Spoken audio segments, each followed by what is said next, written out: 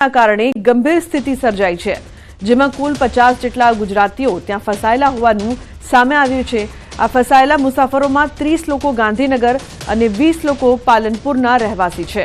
આ સમગ્ર મામલે મુખ્યમંત્રી ભૂપેન્દ્ર પટેલ અને ગૃહ રાજ્યમંત્રી હર્ષ સંઘવી દ્વારા ગુજરાત પોલીસને જરૂરી પગલાં લેવા સૂચના આપવામાં આવી છે। ગુજરાત પોલીસને જરૂરી પગલાં લેવા સૂચના આપી ગુજરાત પોલીસે જમ્મુ કાશ્મીર પોલીસ કંટ્રોલ રૂમનો સંપર્ક કર્યો હતો। તો રામબન એસએસપી સાથે સંપર્ક કરીને માહિતી મેળવી હતી। આ મુદ્દે હર્ષ સંઘવીએ જણાવ્યું કે હાલ તમામ પ્રવાસીઓ સુરક્ષિત છે। ગુજરાત પોલીસ જમ્મુ કાશ્મીર પ્રશાસન સાથે સતત સંપર્કમાં છે। ગુજરાત સરકાર અને પોલીસે તાત્કાલિક જમ્મુ કાશ્મીર પ્રશાસનના સંપર્કમાં રહીને ગુજરાતના પ્રવાસીઓને સલામતી સુનિશ્ચિત કરી છે। તો તમામ લોકો સંપર્કમાં છે। હર્ષ સંઘવી દ્વારા પણ આ વાત કરવામાં આવી છે। ગુજરાતીઓ ફસાયા છે, પરંતુ જે પ્રકારથી સરકાર છે તે તેમની પડપડની માહિતી લઈ રહી છે, બચાવ કામગીરી થઈ રહી છે।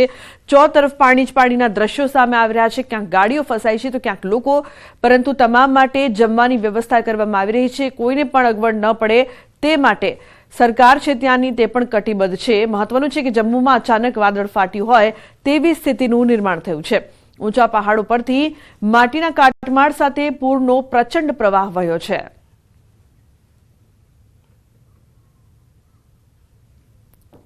आज अचानक जम्मू कश्मीर में लैंडस्लाइड के कारण कुछ यात्री वहां पे फंसे हुए थे।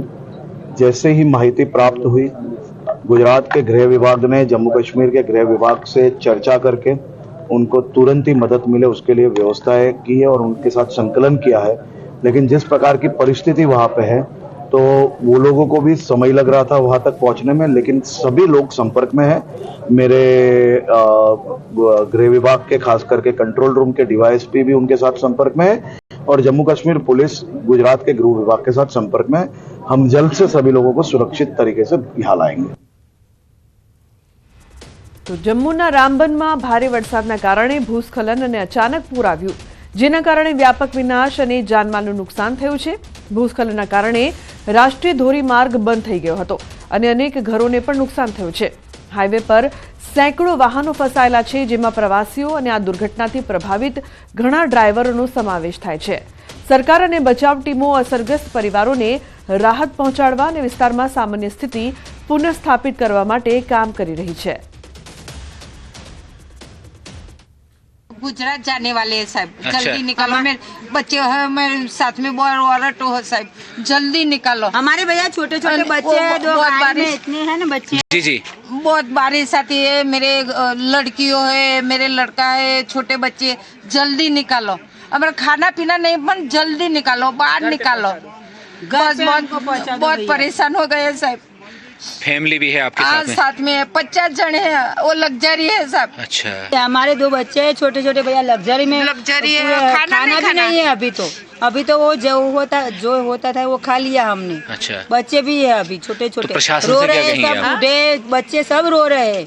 हमको जाना है, घर पे जाना है, कहाँ भी नहीं जाना है, हमको घर पे जाना है, घर पे छोड़ दो। हमारा बाहर निकलવું છે, बहुत तकलीफ पड़ी है। कब से फंसे हुए यहाँ पे आप? कल रात से। अच्छा, दिक्कत हो रही है। हाँ, बहुत पहले हमने बाहर ज काढ़ो साहब, हमारे बीजू कहीं नहीं जोईतो। आप गमे ते कहीं नमने बचाओ, गमे ते साहब, रात ना में हमना बच्ची और नाना बच्चा से 2 बजे से गमे ते करो साहब,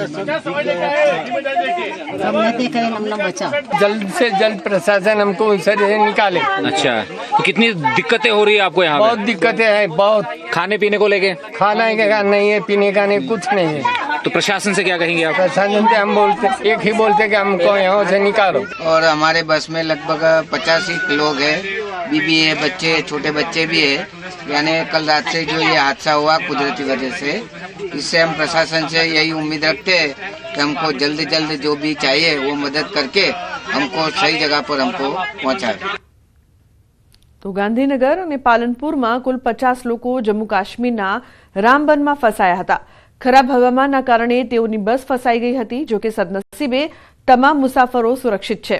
આ તરફ બનાસકાંઠાના કલેક્ટર મિહિર પટેલ પરિસ્થિતિ પર નજીકથી નજર રાખી રહ્યા છે। રામબન જિલ્લા વહીવટી તંત્રની મદદથી ફસાયેલા મુસાફરોને ભોજન પૂરું પાડવામાં આવ્યું છે। બસ હવે સલામત સ્થળે પહોંચી ગઈ છે। સવારે નાસ્તાની વ્યવસ્થા કરવામાં આવી અને જરૂર પડે તો તબીબી સહાય પણ પૂરી પાડવામાં આવશે। બસને બનિહાલ થઈને ખસેડવાના પ્રયાસો શરૂ થશે।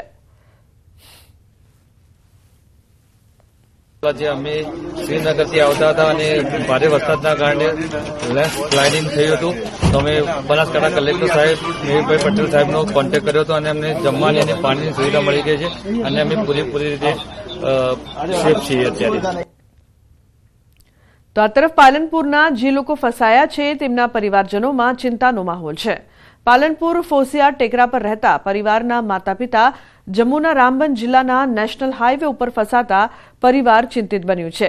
જમ્મુ કાશ્મીરમાં માતા પિતા ફસાતા પરિવાર ચિંતામાં મુકાયા હતા। જો કે તે બાદ દીકરાએ વિડીયો કોલ દ્વારા માતા પિતા સાથે વાતચીત કરી પોતાના માતા પિતા સુરક્ષિત હોવાનો અને આર્મીની ટીમે તેમને ખાવા પીવાનું આપીને સુરક્ષિત સ્થળે ખસેડ્યા હોવાથી પરિવારે લીધો રાહતનો શ્વાસ।